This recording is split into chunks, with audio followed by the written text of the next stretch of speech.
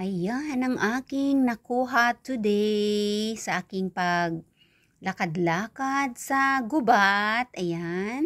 So, pilobahbiro. Nakakuha ako ng halos 1 litra na mustika. Tapos may orakas. May kantarili. May kangas rosco. May carvarosco, hercotati, musta torvisieni, punikitati, first class lahat, haparosco, ayan, ang dami kong nakuha ngayon.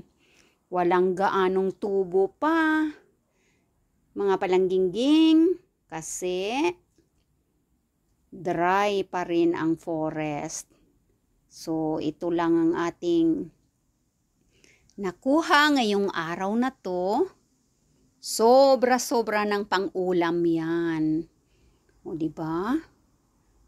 At ang aking bulaklak ay patuloy na namumulaklak dito. Kita ninyo yan mga palanggang. Kung masipag, mayroon tayong pang-ulam. O, diba? Meron tayong pangbenta. Kung sino ang gustong bumili. O, nakadalawang first class ako ng hercotati at ito second class. Ayan. Ang aking kanta really very beautiful. O, diba? Ito masarap sa salad ito. Carbarosco kaya lang yung black mushroom wala talagang tubo dito sa forest namin. Pero sa ibang mga area na malalayo sa Vanta, sa Lohia, sa Kirkonomi, sa Lahti, sa Turco, Tampere, kung saan-saan maraming kantarili at saka maraming black mushroom. Kasi nakikita ko sa mga ads ng mga kagrupo ko sa mushroom collectors na grupo. Ayan. At dito ay namumulaklak pa rin. Ayan. Oh, ang aking rosas. Pangatlong pamumulaklak na ito yan. Pangatlo na yan. Ang dami kong compost. Compost na ilalagay sa likuran. Ayan. Namumulaklak pa rin.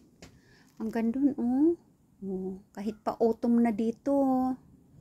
Ang dami pa rin kaming kulay-kulay dito sa aming front yard at saka sa backyard. Makukulay-kulay pa rin kahit pa autumn na.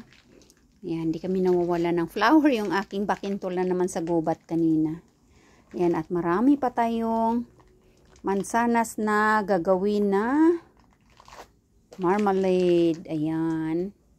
At sa labas ay namumulaklak pa rin. Aanihin ko na yung aking aronia. Yung black na berries. Ang tamis na eh. Yan. Aanihin ko na yun siya. Baka bukas. Bago umulan. Tamis na eh. Matatamis na talaga itong palangging. Gagawin ko yung juice. Ang sarap. Parang nakaka-addict kainin. Yung malalaki lalo. Parang nakaka-addict siyang kainin. Parang nagkakaroon ka ng maraming appetite. Gusto yung malalaki talaga. Ang tatamis. Ayan o. O yan o, ang dami. Ibabangal ko lang yan. Tikat may ano, ayan o. Bangal tayo.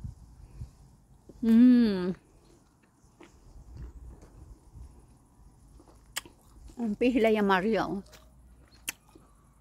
Maasim kasi yan. Yung mataas na puno. Maasim. Sobrang asim yun. Ginagawang wine. Yung ano, yung may mga machine na pwedeng gumawa ng wine. Patuloy talaga namumulaklak ang aking ano, pelargonia, no? Tsaka yung may ano, may lisensya na ano, gumawa ng alcohol. Yan, pwedeng Pihilaya Marian ng mga berries. Itong ubas hindi nagbigay ng bunga. Tamis talaga yung aronya. Gusto ko yung aronya. Hindi mo itong orbuki, biula. Yung kinakain yan. Patuloy yan pamumulaklak o. Yan, siyempre mawawala na yan sila. Aba, ito ring rose ko oh. Oh, may bud siya uli oh. Bubulaklak ka rin. Sana nga sana tumagal itong mga halaman yung hindi na nagwi-winter. Daming mga snail. Kinakain ng mga ang laki ng snail oh. Dala-dalawa. Ayun pa. Paborito nila itong mga dahon ng mga bulaklak namin. Sige lang, kumain lang kayo dyan kasi magwi-winter na para tumaba kayo. Ito naman ay kahit anong mabigat kasi itong tangkay kailangan maayos. Maayos itong ko. Mayroon ako ditong tukod eh. Pero hindi siya umaayon sa tukod ko. Kailangan maayos ang tukod dito. Ayusin ko bukas. Ayan. Laki na niya, patuloy na mamulaklak oh. Maliit lang yan ang binili. Tapos ito naman, humaba na yan dyan. Naputol na. Paano naputol yun? Sinong pumutol? Naputol ah. Yung pumutol nito. Tanim natin dyan. Baka kinain ng naputol. Sino kaya pumutol niyan? Baka yung yung ita na. Ito naman ay mga seeds na. Ang rosas. Sobrang ganda ng bulaklak. Pero ito ayan, papabloom na naman siya. Ulit-ulit na namumulaklak. Ito yung teardrop. Ano ba yan? Pisara.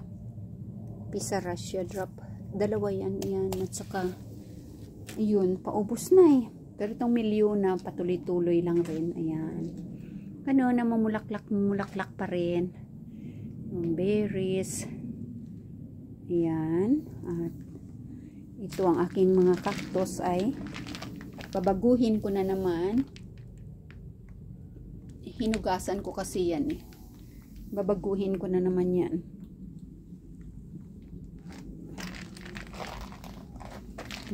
May blueberry pa dyan na sa tangkay. Saka isang balde pa na mansanas. At saka yun gagawing marmalade. Dami na namin marmalade ah. Ayan, dito.